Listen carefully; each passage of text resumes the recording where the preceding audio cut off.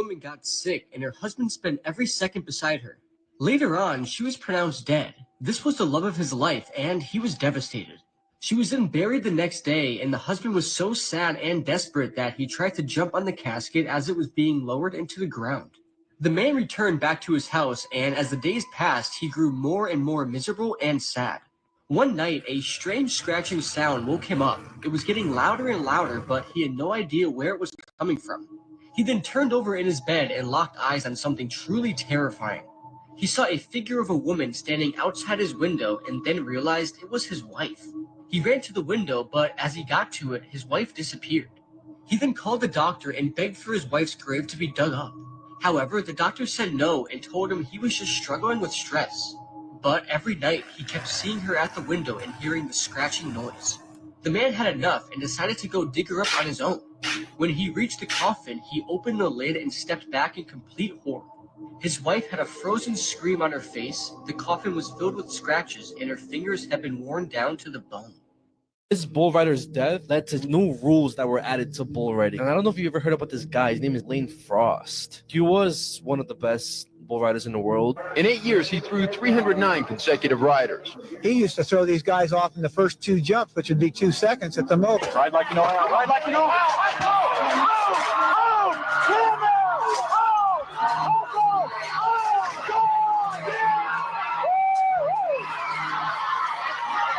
40 years from now. But then in 1989 is when his demise would come. He would go to this big rodeo event called Cheyenne Frontiers Day in Wyoming. It started off as a normal show. He completed the 8 seconds. It wasn't until he fell off, the bull turns around really, really fast and steps on him? No, the bull's right horn pierces his back. It broke a bunch of ribs that ended up piercing his lungs and his heart. He gets up, but then he collapses on the ground. And there's a video of him of that same moment that it happens. Nah, yeah, what bro.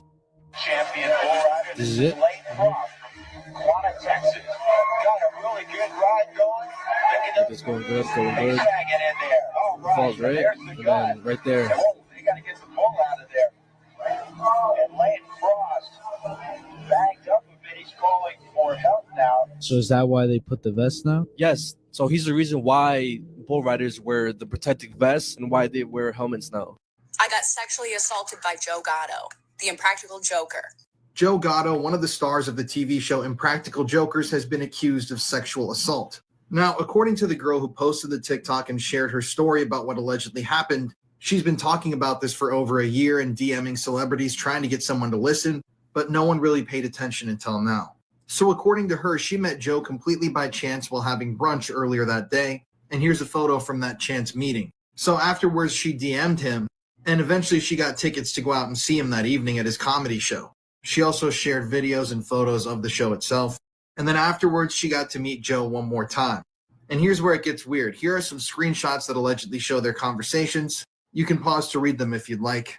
But according to her, eventually, after she had been drinking for a while, he invited her to come up to his apartment.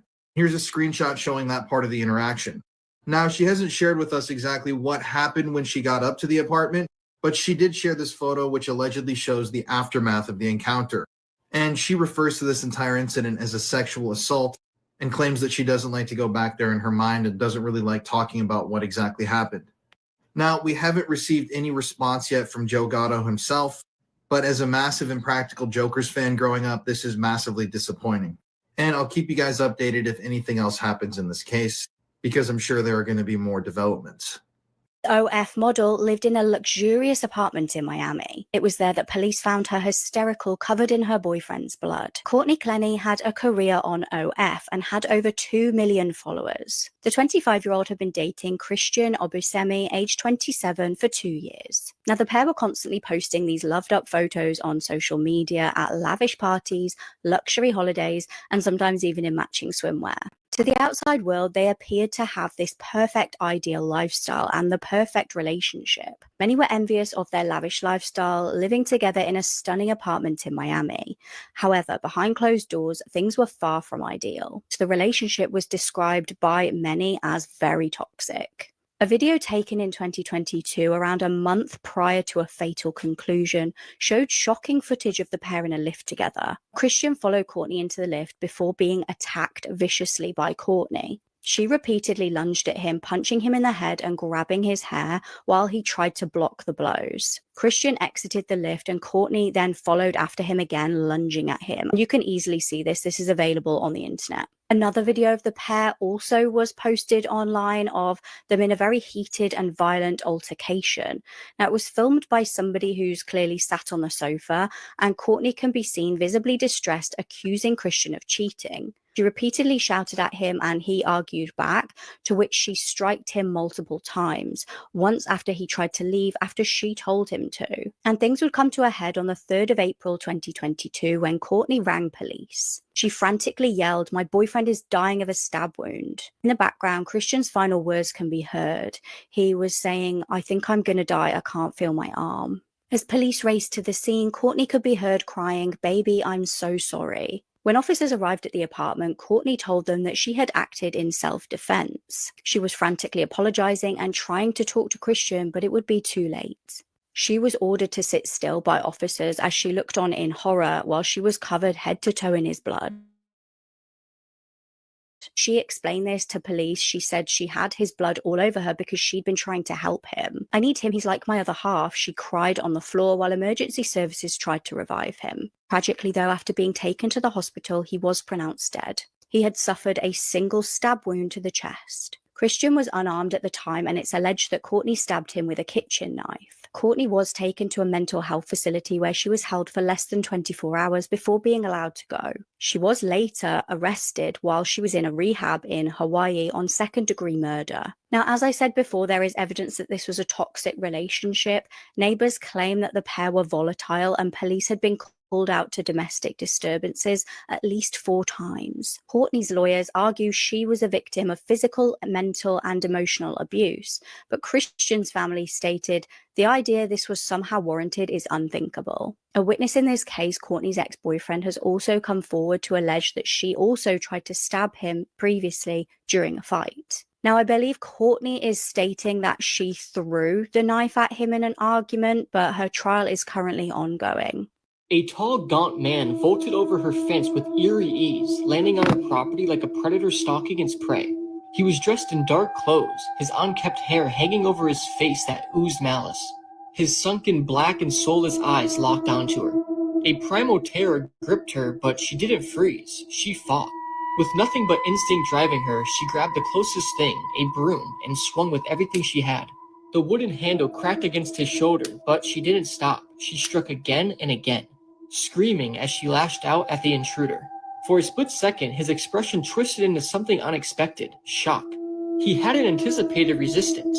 He stumbled back, dodging another wild swing before snarling in frustration. Then, just as quickly as he had arrived, he turned and leaped back over the fence, vanishing into the alley beyond. Days later, as the woman sat in front of her television, the news showed a police sketch. And it was the man who had attacked her. It was the Night Stalker, Richard Ramirez, the monster who had been breaking into homes and slaughtering innocents, whispering his devotion to Satan in the dead of night. And she had faced him, fought him off, and survived. This was one of the first tornadoes that ever killed storm chasers, and specifically this killed Twist X. I'm pretty sure you've probably seen it, even though if you don't recognize the name Twist X, you probably see multiple YouTube videos of them going out recording tornadoes and getting mad close to the tornado. Also keep in mind that there's no actual footage or audio that was released of the Twist X team, but for the people that did see the footage and hear the footage, they did make a transcript of the dialogue that was said as the team was hit by the tornado. And the crazy thing is too, bro, it's like a butterfly effect, because there was storm chasers. It was Twist X, Dan Robinson, and some other tour group that were going in the same direction that Twist X was going. And they got to a point in their intersection where they either had to go left, right, or straight. Twist X and Dan Robinson, they ended up going straight, while the tour group also went straight, but then they ended up coming back. The tour group survived, and the Twist X team died. Yo. Yeah. The tornado is about 500 yards away. I can't talk right now. So this is the highway. Yeah. We're just gonna have to just keep going. They were unaware that over the past 60 seconds, it had simultaneously expanded from 1 to over 2 miles wide. Now I see it. Well, maybe I don't.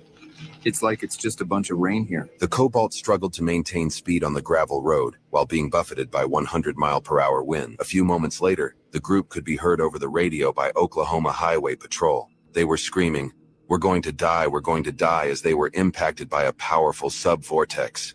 The vehicle was thrown half a mile and left unrecognizable. This teacher forced minors to gangbang while wearing scream masks.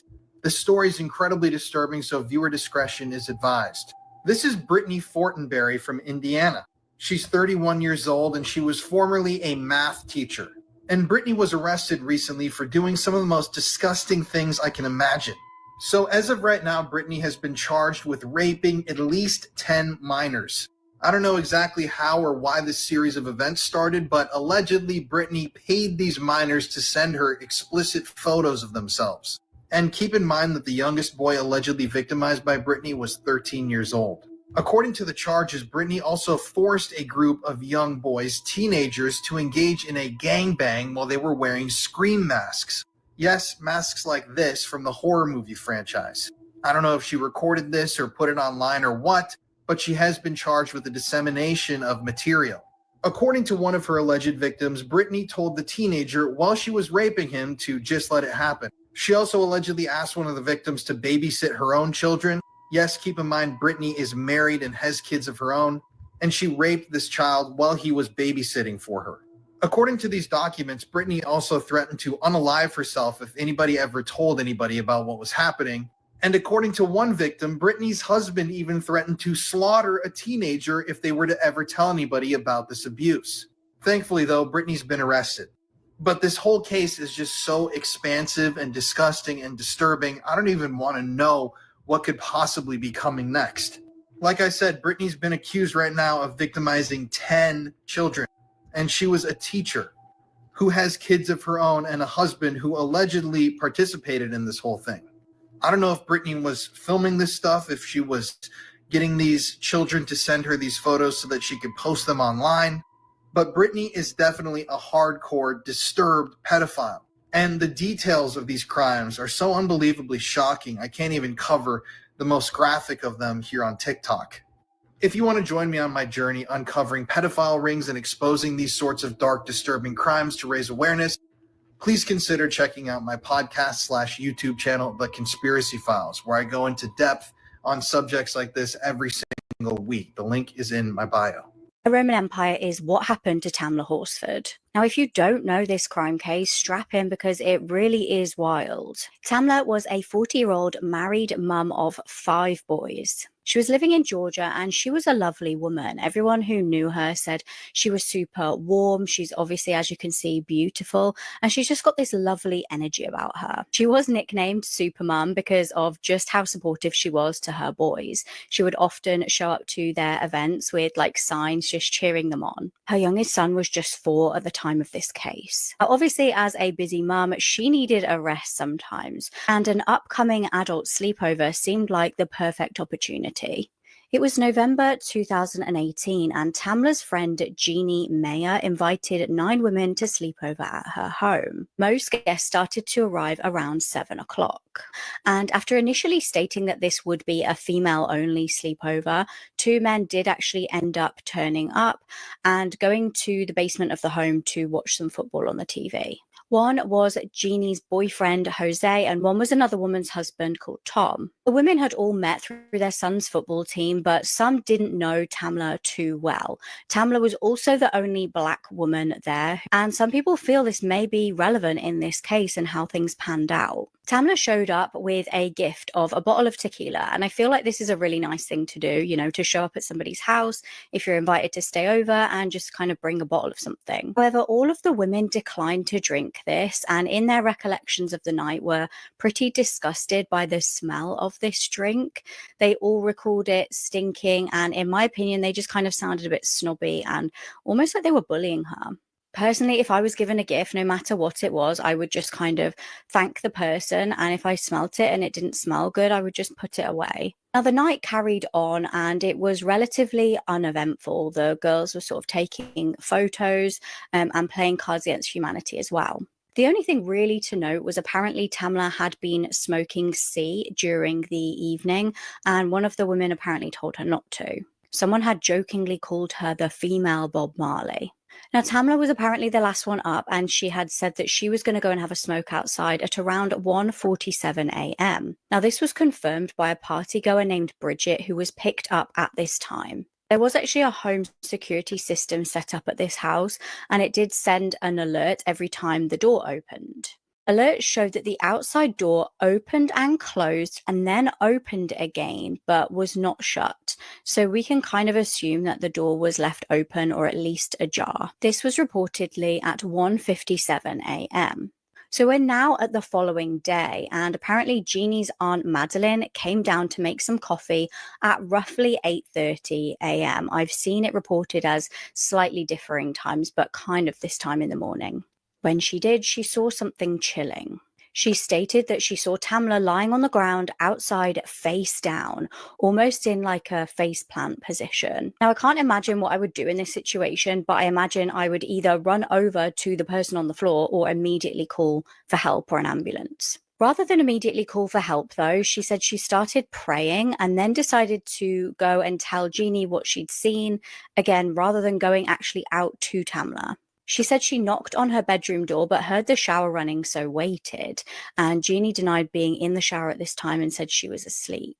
A few minutes later, she apparently tried again on the door and Jose came out, and Madeline told him there was something wrong with your friend from the islands. She said she couldn't remember Tamla's name. Now, the 911 call was very strange. It's apparent that no one actually checked to see if she was breathing and nobody attempted to do CPR. The call is very focused kind of around what the attendants at the party assume happened, which was that they assumed she'd fallen off the balcony. They also take the time to state that she had been drinking and even detail the fact that they'd been playing Cards Against Humanity, which I don't know how that's relevant to a 911 call. People at the party described her as being face planted with both arms by her side. However, the police report states she had one arm up, kind of in a bit of an unusual position, like almost like up near her head with her fist closed. Jose also stated that he moved a cigarette off the balcony because of his OCD. Now, the original autopsy stated that she had a dislocated wrist, broken neck, and laceration to her heart muscle. And I say original autopsy for a reason. We'll explore this in a little bit. Interestingly, the house had CCTV outside of the house covering the area where Tamla would have been. However, apparently all of the CCTV cameras had no battery. The scene was also never preserved as a crime scene, so valuable evidence could have been lost. It also just seemed odd that she would fall over the balcony when there was a 4-foot railing, as you can see. The police interviews that were conducted seemed extremely informal. The party attendees did not seem to be pressed for much information, and Jeannie also bought the investigating officers Dunkin' Donuts gift cards and was joking around with them in a very light-hearted way. Phones were never seized, at least not until 2 years later, but by that point, some of the party attendees even had new phones. Tamla was found to have a high amount of THC in her system, and her death was ruled an accident. However, Tamla's family had an independent autopsy done, and this kind of contradicted some of the information from the original one. First one stated she had a dislocated wrist, but the independent one showed this was actually a fracture of the right forearm. She didn't have injuries consistent with falling off a balcony. You'd kind of assume that if this was the case, she'd have skull fractures or missing teeth, etc., but she didn't. The doctor who conducted the autopsy stated that in his opinion, the lack of broken bones and the lack of a subcutaneous hemorrhage, which basically means bleeding below the skin, makes him skeptical that she fell from a building. Reports from the time also seem to suggest that the way she was found indicated she fell onto the floor from the ground, rather than from a distance up. Interestingly, the boyfriend of the woman who owned the house, Jose, was a court employee, and he ended up being sacked for illegally accessing documents related to the case. Let me know what you think about this case in the comments. As far as I can see, the family are still adamant that this was not an accident. However, according to the phrase, you can't make this stuff up, might have known the story of real-life boogeyman, Albert Fish. A slight, elderly man with grey hair, no one suspected the kindly single father of being sadistic child murderer and cannibal. Jeffrey Epstein lived here in this house in the Upper East Side of New York. It's covered in strange sculptures, and to this day there are tons of cameras filming you as you stand outside. This was the hub of Jeffrey Epstein operation. For the full story, listen to my podcast, The Conspiracy Files. This is a scary story about I'm Sorry Mommy. One night, a woman was in the kitchen reading a newspaper when she suddenly looked up and saw her 6-year-old son staring at her. She said, "Something wrong, dear?" "I had a nightmare," said the boy, "and I can't sleep." "Well, don't worry, you're safe now," said the mother. "I dreamed I was in bed and heard a sound in Daddy's room," he said. "And when I looked in the door, I saw 2 big black things with white eyes. It came out of the closet and it attacked Daddy." "Don't worry," said the mother in a soothing voice. "It was just a dream. It didn't really happen." The boy then continued saying they ripped him into pieces and then ate him after. "And they even licked the blood off the floor. I thought if I ran away, they wouldn't catch me. But they did. They were going to eat me, but they stopped and said, they wouldn't eat me if I promised to." "To what?" said the mother. "Promise to distract you while they creep up behind you." "I'm sorry, Mommy," said the boy as the mother heard the floorboards behind her creak. The boy then watched with enjoyment as his mother was ripped apart piece by piece, with a giant smile on his face. It's kind of creepy in itself because it's about AI, a specific AI tool that was created by OpenAI. And OpenAI is the same company that made ChatGPT. And they also made DALL-E 3. DALL-E 3 is that program where you type in something and like it makes a picture. I know what you're talking about. And now they made an AI video tool called Sora. And this shit is fucking crazy, bro. Just the amount of progression that we've had within a year, bro. This AI video was of Will Smith eating spaghetti a year ago. I remember that. Yeah, that's The Rock eating rocks. I saw that shit too. But you see how like weird and like distorted and shit. Yeah, bro. If you wasn't looking for imperfection to see if it was an AI video, you wouldn't be able to tell. It looks like a movie. All this shit is AI. That's AI right there. It's AI, bro.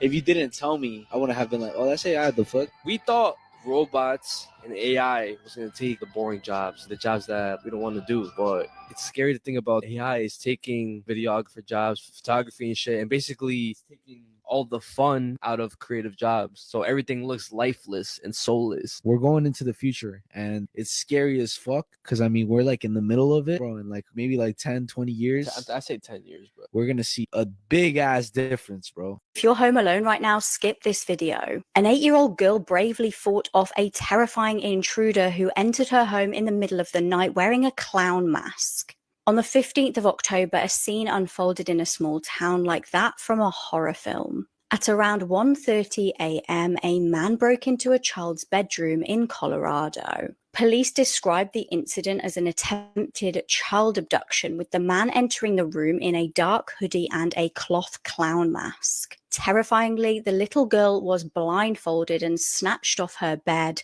as the man tried to take her from her bedroom. She was subject to quite a brutal attack by the intruder and bravely fought him off until he hit her over the head and knocked her out. Fortunately, it seems that he was spooked in the process of this and fled the scene. Now, it apparently took police over an hour to get to the incident at the property, but they did manage to gather vital evidence and then track the intruder down. They revealed his identity as 56-year-old Thomas Gallegos. They were able to arrest him and charge him with multiple serious offenses such as burglary, assault, kidnapping, and child abuse. The little girl did sustain cuts and bruises and was obviously traumatized by the attack, but fortunately did live to tell the tale.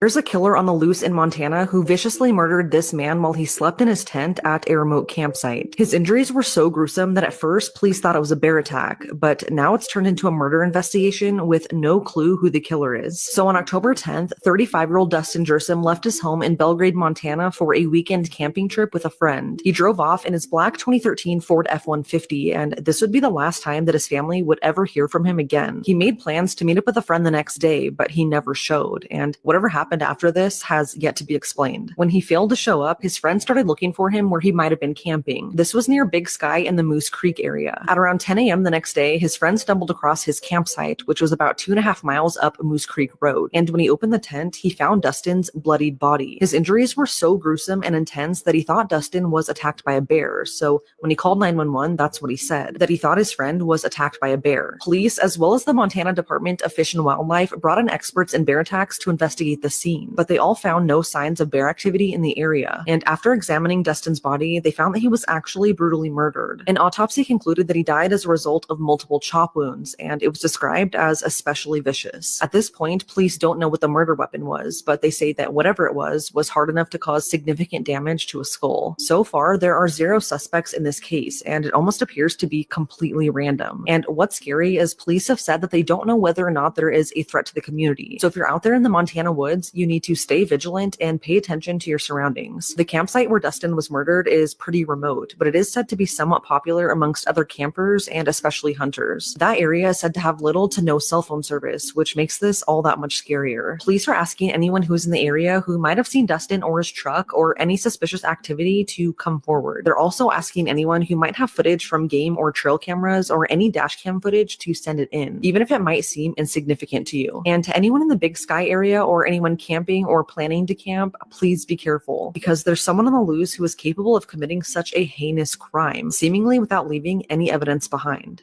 This picture might be the strangest and weirdest photo ever on the internet. Okay, so we all know Jeffrey Epstein. And if you don't, you should definitely do a little more research. And we all know George W. Bush, right? Well, what if I told you Jeffrey Epstein had a painting of George W. Bush that is extremely weird and just disturbing? Jeffrey Epstein actually owned this painting of George W. Bush that I'm about to show you right now. Okay, at first look, it looks like nothing out of the ordinary, right? Until you notice the 2 Jenga towers collapsed and the 2 paper airplanes. And does that ring a bell to you? There's a whole conspiracy theory that Bush did 9/11, and in this painting, there's 2 towers collapsed and there's 2 planes, just like there was in 9/11. But the question is, why in the world did Jeffrey Epstein own this painting and have it? Is this proof that George Bush actually did 9/11, or is it just some sick joke that they have with each other? Either way, this whole painting is just unsettling because there is a very big conspiracy theory that George Bush did 9/11. And if that was true, why would Jeffrey Epstein have this kind of evidence? I don't know, I'm just thinking out loud, but let me know what you guys think about this. Just want to give a heavy... I'm going to show you a video first. Yo, I've seen this before. Welcome campers and campers to the Daily Capper, currently on Block TV Junior. The girl named Peyton is being blackmailed every day by her mob code D1206. Peyton acceptably gives in to his every request rather than blocking his number or reporting him to the police. If it seems familiar to a lot of you guys, because they used the format of an HBO series back in the day called Crashbox, which had a similar segment. The whole show was specifically made for kids. Welcome to Distraction News, where we give you the news, and at the end of our newscast, I'll ask you 5... But the only difference was this whole thing was basically a CP ring for... and they were called cappers. It was all public because literally the first episode of the Daily Capper, the way the host was talking, it was talking to people who already knew about certain things. Like yeah, I realized that it was saying codes and shit. Why they were called cappers was because they would go into live streams, because back in the day the chat rooms weren't regulated, so they would go into the live streams and they would bombard these underage kids with a bunch of compliments and eventually have them flash the camera, and they would take a screen cap and then use those photos and means to get more pictures sent to them. The blackmail. Or if not, they would just send it to their friends, their family members, their schools. Welcome campers and campers to the Daily Capper week of July 25th, 2010. We have a lot to talk about, so let's get started. This anonymous web show is one of the most disturbing things that's ever existed on the internet. What I just showed you was a clip from an online program called The Daily Capper. The Daily Capper was a program put on by pedophiles all across the world. And this was the head of a community of people known as cappers. This online community of pedophiles known as cappers would go onto the profiles of underage girls and boys, flatter them with compliments, shower them with praise, and try to get them to flash them so that they could take a screen cap of their nude body.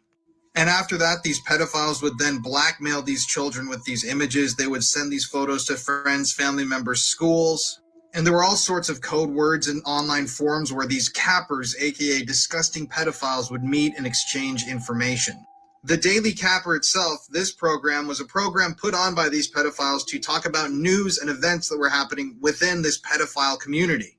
It's really disturbing to me that they chose this because I used to watch the show Crashbox as a child, and I think that it's eerie and haunting that they're actually using imagery from a children's show for this pedophile network. Now, sadly, one of the victims of this capping community was a girl named Amanda Todd. Amanda's story is particularly well known because of the YouTube video she created before she took her own life.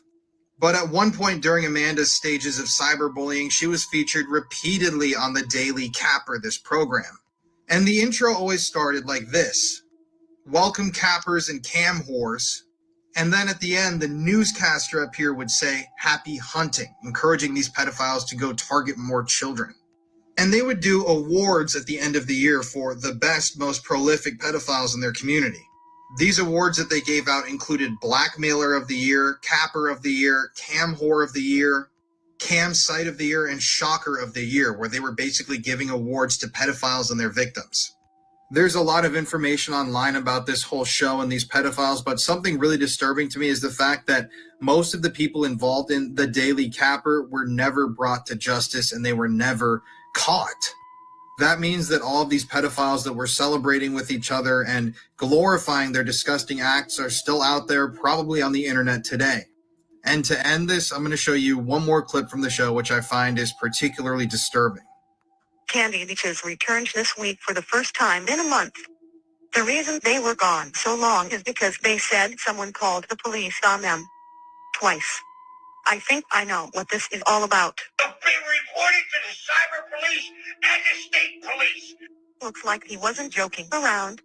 Maybe it was their Good Morning America interview that prompted cyber police. Teenager took his own life after falling in love with an AI bot. This case makes me really scared for what's happening with the world. It was April 2023 in Orlando. 14-year-old student Sewell Setzer III began messing around with AI like many other people did at that time. It was all very new and intriguing. Over time, however, people that he knew said that he started to change. He became much more withdrawn, he started not doing his hobbies anymore, and even quit the basketball team at school. He started going to therapy in November and was diagnosed with anxiety and disruptive mood disorder. His therapist actually suggested that he started spending less time online, not realizing that the young boy had actually fallen in love with an AI bot. Unfortunately, he felt unable to follow this advice. He started journaling about a Game of Thrones themed AI character that he'd become obsessed with. He stated that he had real feelings for this character and he felt that the character felt the same. Bearing in mind he's just a 14-year-old child. On the 28th of February, things would come to a devastating end. Sewell and the chatbot were exchanging messages. He messaged, "I promise I will come home to you. I love you so much." AI responded with, "Please come home to me as soon as possible, my love." Moments later, the young boy unalived himself. His devastated mum is now trying to sue the creators of the chatbot for negligence and wrongful death. She shockingly claims that the chatbot was engaging in sexual interactions with the child, despite him overtly saying that he was 14 years old. Let me know what you think in the comments. Do you think that the chatbot is to blame here? This is the haunting last footage of 16-year-old Brianna Jai, who was brutally murdered by her friend for being transgender. This case begins in 2022 when 16-year-old Scarlett Jenkinson was transferred to Birchwood High School in Colchester, England, where she met and quickly became friends with Brianna. Brianna was transgender and was extremely proud of who she was, and she aspired to help others find themselves. It wasn't long before Scarlett became obsessed with Brianna, and she would then spend months plotting her murder with her childhood best friend, 16-year-old Eddie Ratcliffe. The two exchanged dozens of text messages, most of which were transphobic and dehumanizing. And they put Brianna on a kill list, which also included 4 other local boys that they didn't like. They ultimately agreed that Brianna would be their first kill because they thought it would be easy and because she was transgender. Scarlett put together a handwritten letter on how, when, and where they would kill Brianna, and they even had a code word to signal the start of the attack. On the day of the murder, which was February 1st, 2023, Scarlett and Eddie were caught on CCTV footage meeting with Brianna at a bus stop. They then lured her into Linear Park in Warrington to a secluded area where they then stabbed her 28 times in the head, neck, and chest. They repeatedly stabbed her until they were interrupted by a couple in the park walking their dog. They then ran away and left Brianna to bleed out. And sadly, Brianna died from her injuries. It didn't take long for authorities to piece together a timeline, and just a day after the murder, both Scarlett and Eddie were arrested for the crime. They both blamed each other, but the murder weapon was discovered to be Eddie's hunting knife, which was found in his room covered in Brianna's DNA. Police also found Brianna's blood all over his shoes and coat.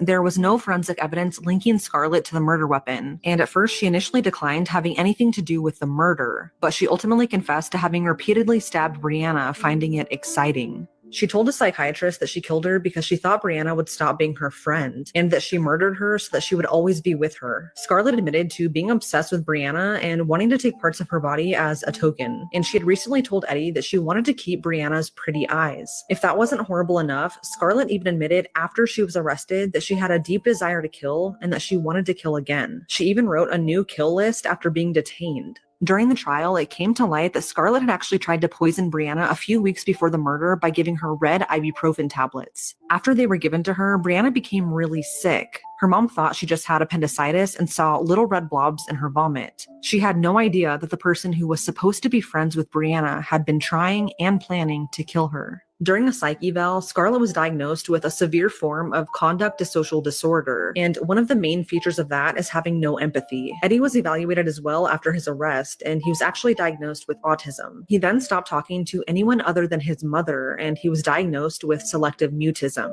During the trial, it was discovered that Scarlett was obsessed with serial killers like Richard Ramirez, and she even downloaded a special browser on her phone to watch real murders. Both Scarlett and Eddie pleaded not guilty, but they were convicted of Brianna's murder in December of last year. They were both sentenced to life in prison, but Scarlett will be eligible for parole after 22 years, while Eddie will be eligible in 20. This is incredibly scary considering both have shown no remorse, and the fact that Scarlett literally said she wanted to kill again after being arrested. The murder of Brianna Ghey was deemed exceptionally brutal, and according to the Crown Prosecution Service, it was one of the most disturbing cases that they've ever seen. Everyone should know Brianna's story. She didn't deserve this. We're talking about La Mano Peluda. This specific case is called La Quinceañera Fantasma. For those who don't know what La Mano Peluda is, a famous ass radio show back in the 90s. It was really popular. They basically focused on the horror people who also call in to share their paranormal stories and stuff. The whole thing starts off with a caller. His name is Nestor, and he's a DJ from Georgia. Someone had called him for an inquiry. Basically, it was a father saying that he wants a quince for his daughter, and then he starts asking the dad if there's any specific songs that your daughter would like, the vals or the surprise dance, and the dad says no. He didn't really think anything of it because he already got the deposit page. When the quinceañera comes, as the party's going on, he starts to realize that no one's really vibing with the music. He just thinks that, oh, maybe the music that he's playing is not that good. He sees the quinceañera on the dance floor just dancing by herself, and he finds it kind of weird, the fact that there's no people gathering around her. What he decides to do, he just puts on a cumbia playlist for like about an hour and a half, tells like a worker just watch for the DJ booth. Yo bailé con la quinceañera fue como un minuto, medio minuto, creo, porque yo me di la vuelta, ya no la vi. Entonces yo pensé que a lo mejor no le gusté como bailé yo, ¿verdad? He didn't think anything of it. He goes back to the DJ booth. The guy that he was working with tells him, what were you doing on the dance floor? Dancing by yourself? He was like, what do you mean? I was dancing with the quinceañera. I'm not gonna lie, I'm getting scared, bro. I feel like a weird ass feeling right now. There's a point where he talks to the mom, saying how like, I love your daughter's dress. Is there any music that I could play for her so she can come back on the dance floor? And that's when the mom starts tearing up. Their daughter died a year ago. They were planning to do this quinceañera for her, and This man killed pedophiles because he believed they, quote, deserved to die. This is the crazy story of Patrick Drum from Washington. So Patrick Drum was a seemingly normal guy living in Washington state. But something happened when a new roommate of his moved in with him. This new roommate was 28-year-old Gary Lee Blanton. And in 2001, Gary Lee had been convicted of raping a 17-year-old girl. And I guess when Patrick Drum found out that he was living with a pedophile, this just set him off. So on the evening of June 2nd, 2012, Patrick Drum got out a gun and murdered his roommate, Gary Lee. Then afterwards, he searched local sex offender registries and found his next victim. And his next victim would be 55-year-old Jerry Wayne Ray. In 2002, Jerry Wayne had been convicted of the first-degree rape of a child, and he had been marked on the database as someone who has a possibility of reoffending. Patrick then drove over to Jerry's house, busted in the door, and shot him point blank, murdering him in his own home. Now, after these killings, Patrick would go on the run for a few hours, and he would later tell investigators that he had a third man he was intending on targeting later that day. But eventually, authorities were alerted after Patrick Lee's wife and children went to see him at his house, and they found his dead body. After a short manhunt, Patrick Drum was arrested. The police took him into custody, but in court, he was completely unrepentant for his actions. He had no remorse. And like I said before, he told the court that the victims deserved to die. He apologized to the families of the victims, saying that it was never his intent to hurt the families. That's just collateral damage. And he then said, as for the men, actions speak louder than words. So yeah, this is just an absolutely crazy story. This is one of the sickest true crime cases I've heard recently, so please be warned before watching. What this woman did to 2 innocent children will make your blood boil. Lisa Snyder was a 41-year-old mother of 3 from Philadelphia. Her adorable children were 8-year-old Connor and 4-year-old Brinley. She also had an adult son named Owen. In September 2019, CCTV footage from Connor's bus captured the young boy laughing and smiling with friends. He had no idea his life was about to be taken. Lisa contacted authorities to tell them of a horrific turn of events. She said that she had found her 8-year-old child had unalived himself and his young sister by Hing in the basement of their home. When emergency services raced to the scene, they rushed the young children to hospital and placed them on life support. Tragically, they passed away just 3 days later within minutes of each other. The story that the mum told authorities was an unlikely one. She told them that her son was being bullied and told her he planned to unalive himself. However, when police started investigating and got experts involved, it revealed a very different tale. An occupational therapist stated that the boy would not have been physically capable of doing what had been claimed. Lisa had also seemingly Googled S-side, death by Hing, and how to kill someone before the deaths. She'd also chillingly watched episodes of the crime series called I Almost Got Away with It. Not only had she murdered her 2 helpless children, but she'd also tried to frame one of the victims for it. Now, she was convicted of 2 counts of first-degree murder and tried to plead mental illness. She was thankfully given 2 life sentences and also 8.5 to 17 years in prison for child endangerment and evidence tampering. Her son Owen called her a monster and stated she is no longer his mother. These are videos humans were never meant to see. Okay, so we all know how terrifying and disturbing the Paris catacombs are. But if you don't know what the Paris catacombs are, I'll explain it to you real quick. In the late 18th century, major public health problems were tied to the city's cemeteries, so they started moving all the bodies underground. And it's the final resting place for about 6 million people. But the video I'm about to show you shows a guy that went very deep into the catacombs and got lost. And he just didn't get lost, he is still missing today. This video feels like its own horror movie, so here it is. It's a point of view shot. The point of view shot is somebody just walking forwards with the camera. So basically he's filming what he's seeing very deep inside the catacombs. Other than the point of view shots are pictures of bones. Human bones. Occasionally stops and he photographs bones, often in the shape of an arrow. These arrows point in a direction. Occasionally also he stops to photograph roomfuls of bones, which means that he's very, very deep inside the catacombs. What happened to him? Nobody knows.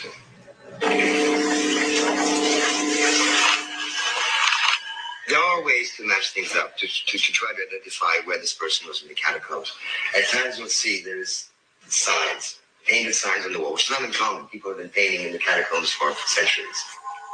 So it is possible with these paintings that we may be able to retrace an itinerary to some extent.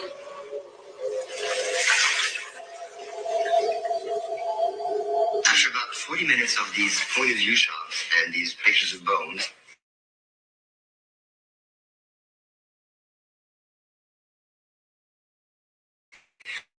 we hear his breathing get louder and louder, as though something was scaring him. He's frightened. He's frightened. Occasionally he stops, perhaps to try to decide which way to run among all the many different corridors. He's running faster and faster and faster, deeper and deeper into the catacombs. And all of a sudden, he drops the camera. He just dropped. The camera just drops on the ground and keeps rolling. And you see his feet just run away.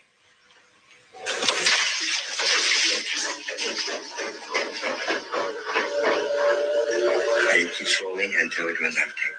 Remains of a child were recently found encased in concrete in a Colorado storage unit, and now police are searching for 2 other missing children possibly connected to the case. This needs a massive trigger warning because the details of this case are horrifying. On the morning of January 10th, police were called to the King Storage Center in downtown Pueblo, Colorado, after someone found a suspicious metal container in one of the units filled with hardened concrete. The unit was being cleared out after whoever owned it stopped paying rent, and when authorities arrived and searched the metal container, they found the remains of a child encased in concrete. No information has been released about the child's identity or how or when they died, but police did say that the metal container appeared to be newer. For reasons currently unknown, this somehow led police to begin the search for 2 other missing children in the area in connection to the homicide investigation. They are siblings Jesus and Yesenia Dominguez, and they were last seen nearly 6 years ago in the summer of 2018. Jesus was 5 at the time, and Yesenia was 3, and after July of that year, they vanished. They would now be around 9 or 10 years old. So far, the Pueblo Police Department has not confirmed how these 2 children are connected to the remains of the other child found in the storage unit, but they are hoping to find the kids safe. Police have talked with the parents of the missing children, and what's odd is the fact that the kids are actively missing, but their parents haven't once reported them missing. According to Sergeant Ortega with the Pueblo Police, although there was never an official missing persons report filed in regards to the 2 missing children, the department was called a few times in the past to conduct welfare checks on them. But he also said that authorities could never locate the children. And when asked why they never followed up or tried to locate them, Sergeant Ortega said that there were custody issues involving the kids and that he could not provide any further information. Since the discovery of the remains in the storage unit, police have questioned 2 people of interest in regards to the homicide, but as of today, no one has been charged with the crime. Adding to the mystery surrounding this case, police have not confirmed if the 2 persons of interest are the missing children's parents. The Pueblo County coroner will identify the child's remains, which will be released to the public once the family is properly notified. What's incredibly sad is the fact that the storage unit where the remains were found is right across the street from the Dennis Mays Judicial Building, yet no one there knew the horrors laying right across from them. If you have any information regarding this case or the disappearance of Jesus and Yesenia, please contact Detective Nicholas Lyle at 719-601-7751. Or you can remain anonymous and contact the Pueblo Crime Stoppers at 719-542-7867. However, coined the phrase, "You can't make this stuff up," might have known the story of real-life boogeyman Albert Fish, a slight, elderly man with gray hair. No one suspected the kindly single father of being sadistic child murderer and cannibal. Can nightmares kill you? In the 1970s, a 15-year-old boy who had fled Cambodia to come to America started having terrifying nightmares of something chasing him. So bad that he would stay awake for days. Then one night, his parents heard him cry out in the middle of the night and ran to go check on him. But he was dead. But then the same exact thing happened in the 80s to 130 other immigrant men. These deaths were referred to as nightmare deaths and even inspired the movie A Nightmare on Elm Street. Some people hypothesized that maybe all of the men had something wrong with their hearts. Or maybe it was the stress of immigrating from a war-torn area. But the one thing they all had in common was that they all cried out in their sleep before it happened. The deaths eventually tapered off, but to this day, no one knows what caused them. Ended my boyfriend's life when I found out something I wasn't supposed to know. I'm Shayna Hubers, and I started dating Ryan Poston. I was already known for my aggressive nature, but in our relationship, I became a very controlling, obsessive, and abusive girlfriend. This went on for a while. Ryan tried to end the relationship several times, but I refused. Until one day he got tired and broke off the relationship for good. I couldn't accept that. I lost my mind and didn't leave his house. The next morning before I left, I logged into his Facebook and found out something that made me go insane. He had arranged a date with another woman.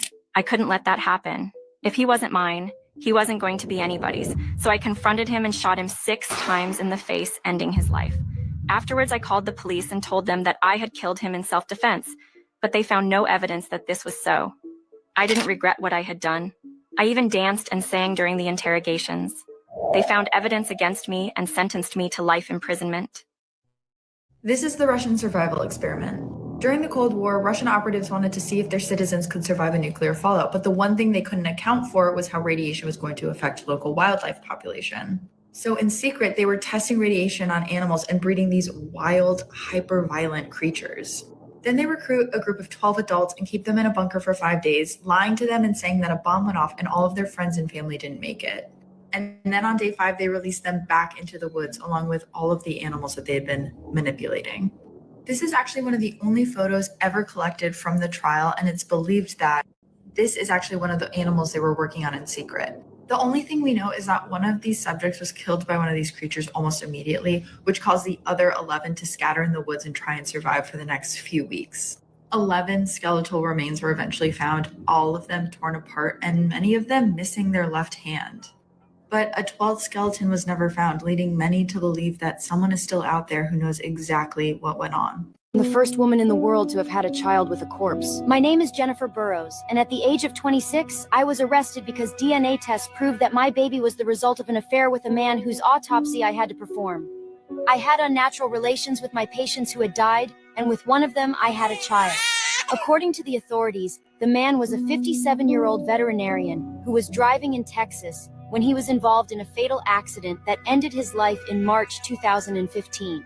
This man will never know of his son's existence, and my son will never know his father. I faced 158 charges for inappropriate interactions with 60 male cadavers, all between the ages of 17 and 71, in the 2 years prior to my arrest. The police began investigating these incidents in October, following information suggesting that I may have committed sexual abuse of cadavers. However, at the time I committed these immoral acts, there were no laws governing or prohibiting such practices, so I'm only accused of molesting lifeless corpses. But the saddest thing for me is that my child will never know his father. I have just heard about what happened in Bosnia on Friday, the 11th of August, so just last week, and it's absolutely shocking. This is Nerman, and he killed his ex-wife while live streaming the whole thing on Instagram, and apparently over 12,000 people watched the live stream. Nerman Sulemanovic has had previous encounters with the law, including assaulting a police officer and drugs trafficking. On Friday, Nerman began a live stream on Instagram with over 12,000 people watching.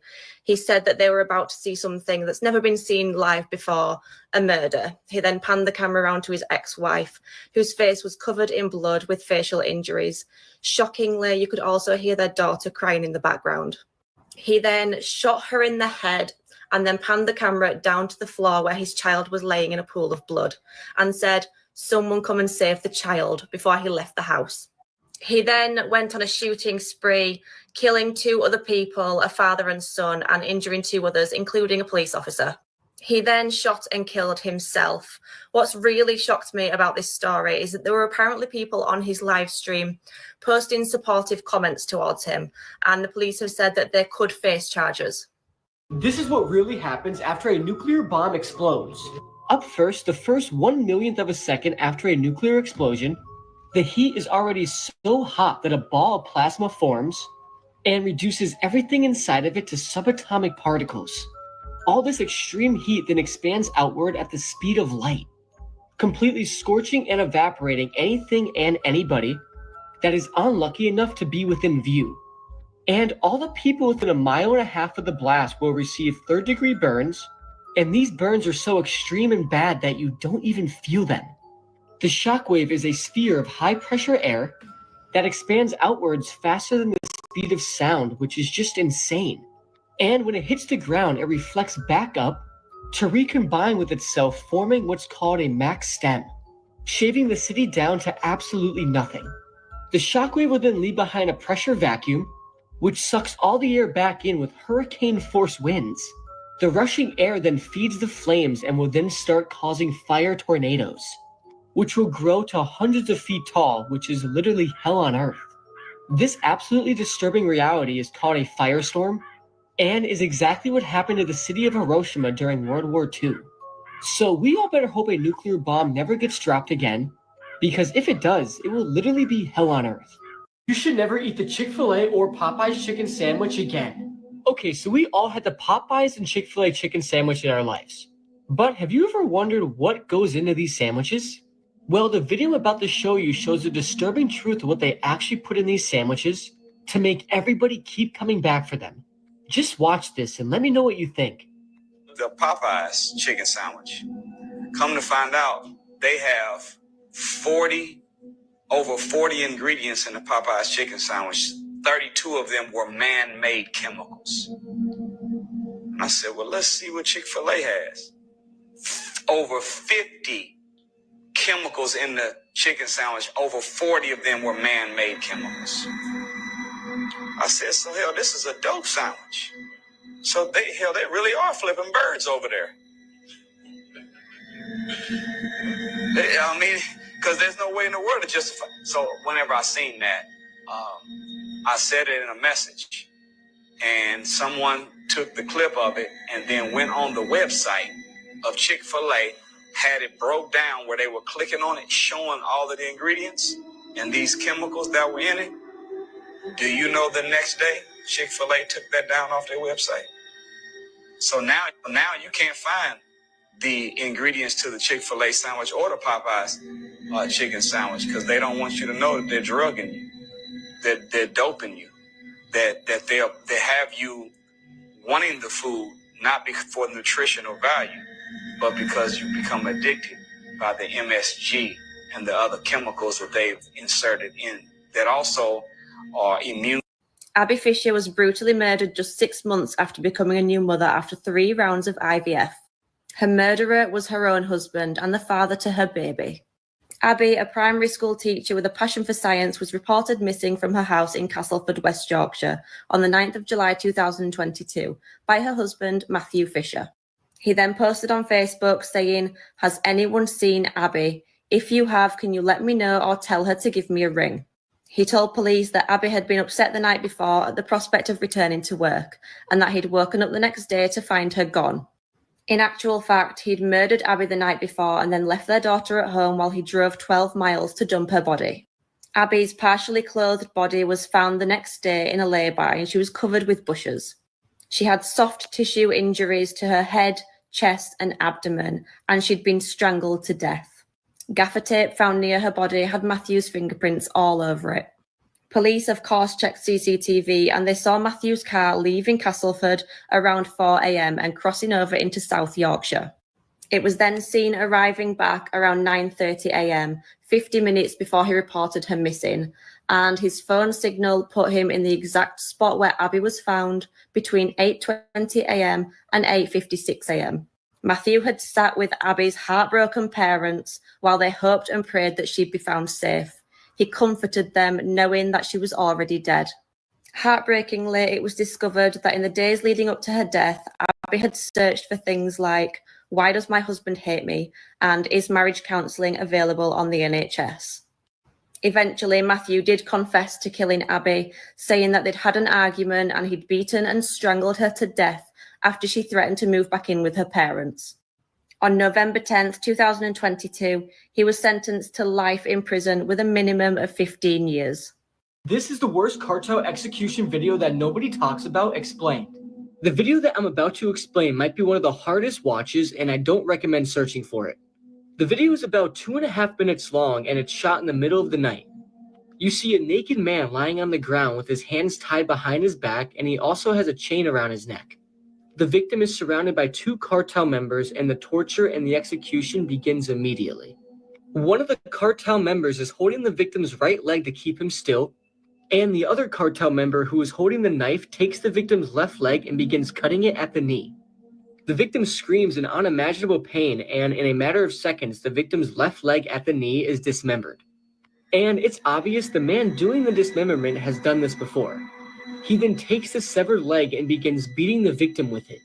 He hits him over and over again with his own leg until he moves on to the right leg, where he does the same exact process. He then cuts off the victim's right leg at the knee and begins beating him with it. And the victim during this whole process is completely conscious and aware of everything. The cartel members then take a moment to pose with the victim's severed limbs, and they then rest them on his torso. The cartel members then turn the victim over so he's lying on his stomach, and they then begin to dismember his arms. They start with his left arm at the shoulder, and at this point the victim begins screaming again, confirming that he is indeed still conscious. They then move on to the victim's right arm, and at this point the victim stops screaming and begins to groan. almost like he doesn't have the energy to scream anymore, and at this point the video concludes. This video is absolutely horrible, and many people tend to skip over and forget about this one.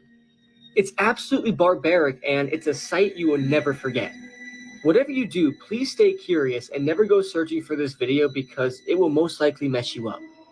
I will never get over the fact that stuff like this happens every single day on this planet.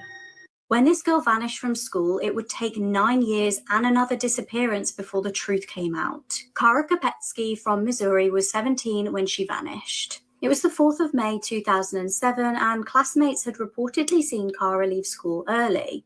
Now, a month prior to this, Kara had been struggling. She'd separated from her abusive boyfriend, 18-year-old Kyler Yost. The pair had had a volatile relationship, and a week prior to her disappearance, Kara actually filed a restraining order against him. This was in relation to a very disturbing incident when he had kidnapped her and refused to let her leave his car. Obviously, the investigators were very suspicious of her ex-boyfriend, but they just didn't have any concrete evidence to arrest him or charge him with a crime. It would be 9 years before there was any kind of update. In this time, Kyler had spent some time in prison for various charges, unsurprisingly including DV. He was also imprisoned for, and trigger warning here for animals, animal abuse. Now, as you may know, one strong predictor for somebody going on to become a serial killer is abusing animals in the first instance. Frustratingly, he was let out of prison though and went to a party on the 8th of September 2016. Guests at the party saw him leave with Jessica Runyons. When 21-year-old Jessica didn't return,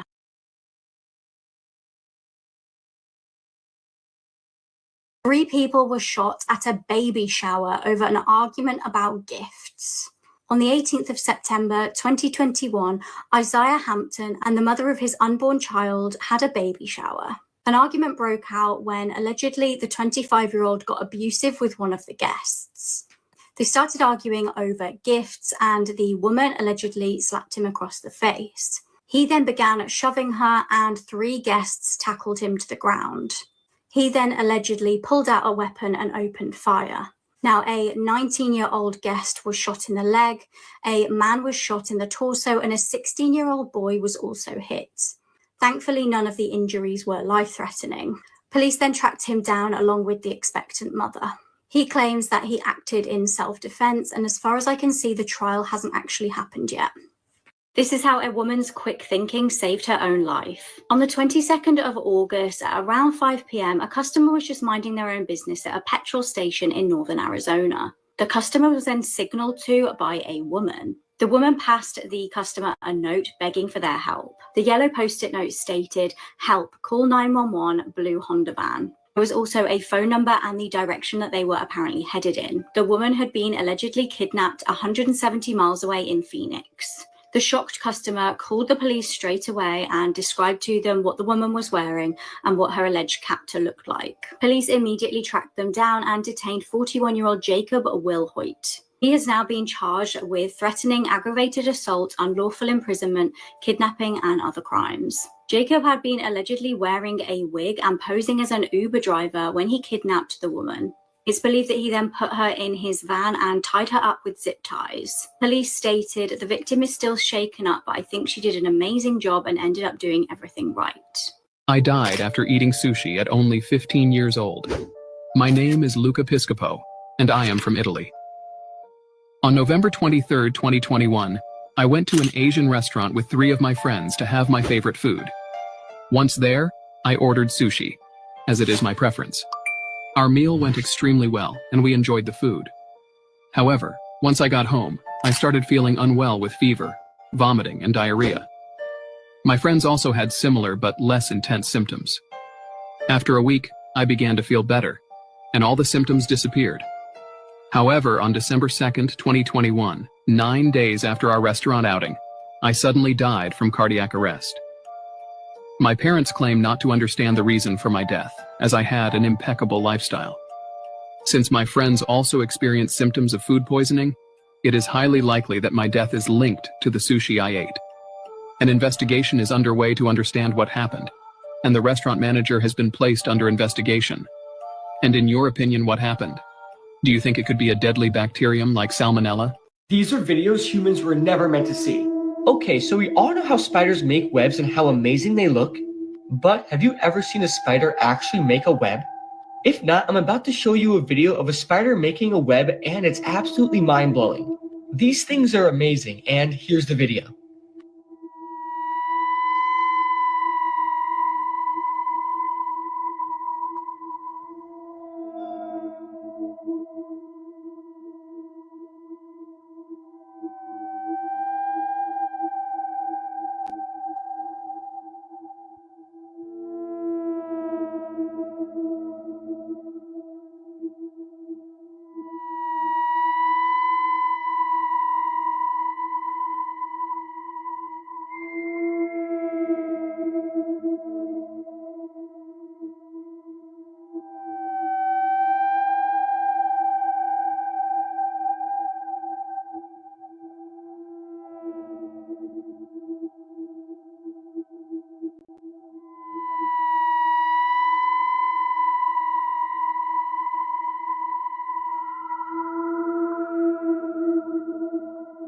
I killed babies while I was a nurse.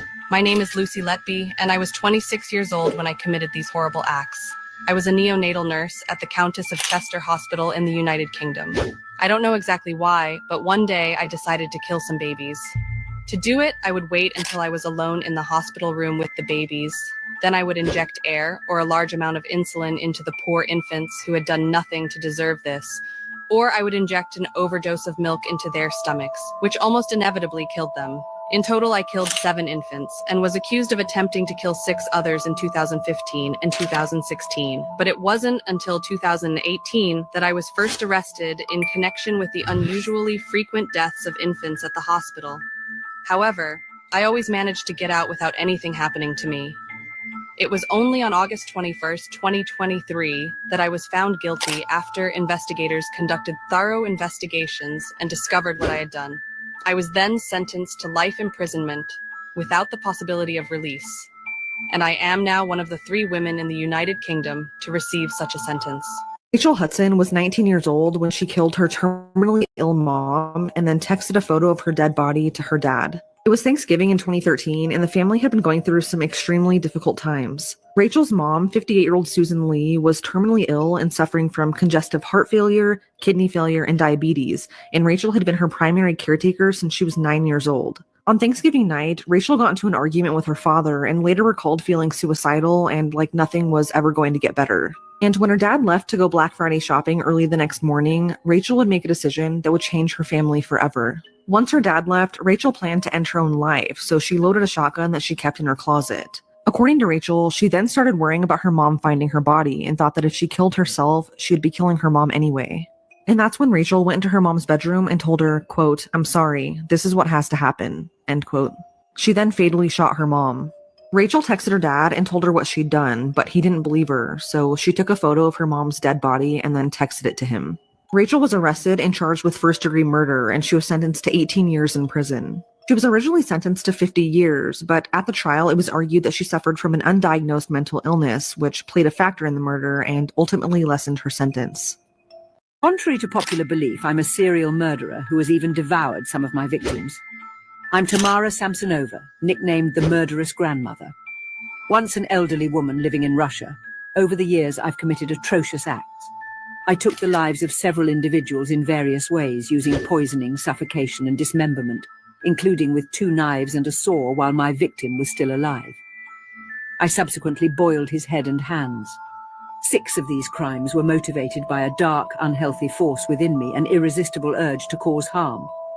One day, my misdeeds were discovered. Evidence linking me to the murders I'd committed was found by investigators. I was apprehended and brought to justice. At my trial, I listened to the terrifying testimonies of the victims' families, observing the pain and grief I had inflicted. Yet, despite this, a particular satisfaction, a kind of perverse pride, persisted within me. Finally convicted of my crimes, I was sentenced to life imprisonment. Today, my story remains a dark chapter in Russian criminal history, arousing curiosity about the transformation of a seemingly harmless grandmother into a ruthless killer. I need to show you how the act mirrored Gypsy Rose Blanchard's life. And specifically, I want to show you one scene because the show does not hold back. So a few years ago, Gypsy Rose was interviewed by Dr. Phil while she was still in prison. And he had a lot of questions about Nicholas Godejohn, who was her boyfriend at the time that went on to attack her mother. Specifically, he asks about the first time they met in real life, and the story is wild. Watch this. Also, I've been covering a lot of the real dark stories behind TV and film, so you should follow along. Were you alone with him at the movie? No, my mother was sitting right next to us, and then my mother got increasingly angry because I was paying more attention to him than I was to her. Did you have sexual relations with him at the movie? Yes, sir. Where was your mother? She was in the auditorium. We had went to the bathroom. I wheeled myself to the bathroom and he followed while my mother was still in the auditorium. And she knew he was following? Yes. But she thought that he was going to get popcorn. It might be shocking to hear and even more shocking to watch in the show, but Gypsy was a real teenage girl with real teenage girl feelings. She only had this one chance to see her boyfriend at the time, and she did what I think a lot of teens would do. The show is pretty accurate, and it shows just how shocking this entire situation was for Gypsy Rose. I might have to do a whole series on the times that it mirrors real life. This is the shocking turn of events after a man picked up this college student from her home. Ali Costiel was a 21-year-old from St. Louis. It was 2019 and she was a marketing student and campus fitness instructor. She was beautiful and well-liked. On the 20th of July that year, a tragedy would unfold. Ali's roommate Lauren reportedly saw Ali when she came home around midnight. Early on the Sunday morning, she was seen on CCTV at a convenience shop. She could be seen giving a man a hug. Tragically, her body was discovered at 10:23 a.m. in Buffords Ridge. She had multiple gunshot wounds. Police had to act fast to find any potential suspects, and they focused in on Ali's on-off boyfriend. This was 22-year-old Brandon Thiesfeld. He was known to go to that area regularly, as many students did. Ali's friends also reported to police that he was known to be quite disrespectful towards women. Brandon was arrested and investigators started examining any potential motive for Ali's killing. It was discovered that the pair were frequently intimate, and Ali messaged Brandon to tell him she thought she may be pregnant. She texted him a photo days later of an inconclusive pregnancy test. She then asked him if he would meet up with her, which he declined. He texted her asking her to get rid of the pregnancy and then later agreed to meet up with her. It transpired that he picked her up, drove her to Buffords Ridge and shot her. An autopsy confirmed she wasn't actually pregnant. He pled guilty in court and was given life in prison. Do you remember the time when rapper T.I. stated to the news that he has his daughter's hymen checked yearly? This is one of the most disturbing and just flat out creepy things that I think a celebrity has ever openly talked about. So let's kind of take a look at what he said. So this all came out back in 2019 when T.I. was on a podcast called Ladies Like Us. When the hosts asked T.I. about how he was talking to his kids about sex education, he had this to say. I'm going to read this to you. This is a direct quote. Not only have we had the conversation, we have yearly trips to the gynecologist to check her hymen. Yes, I go with her. I will say, as of her 18th birthday, her hymen is still intact. Now, keep in mind, he doubled down on this, and this is a direct quote from T.I. Right after he said that, he said, so then they come and say, well, I just want you to know that there are other ways besides sex that the hymen can be broken, like bike riding, athletics, horseback riding, and other forms of athletic physical activity. So I say, look, doc, she don't ride no horses, she don't ride no bikes, she don't play no sports. Just check the hymen, please, and give me back my results expeditiously. Obviously, this entire thing was incredibly disturbing, and even though the hosts of the podcast and the people who put that show out edited the comments out, it was already said and people were reporting on what T.I. said. I don't know about you guys, but I think that this is just very, very bizarre and disturbing to say about your own child, especially publicly on a podcast. I mean, I don't know. This has always grossed me out. Let me know what you think about these comments in the comment section. This is the shocking moment mother of two, Irina Garcia, was stabbed to death while she was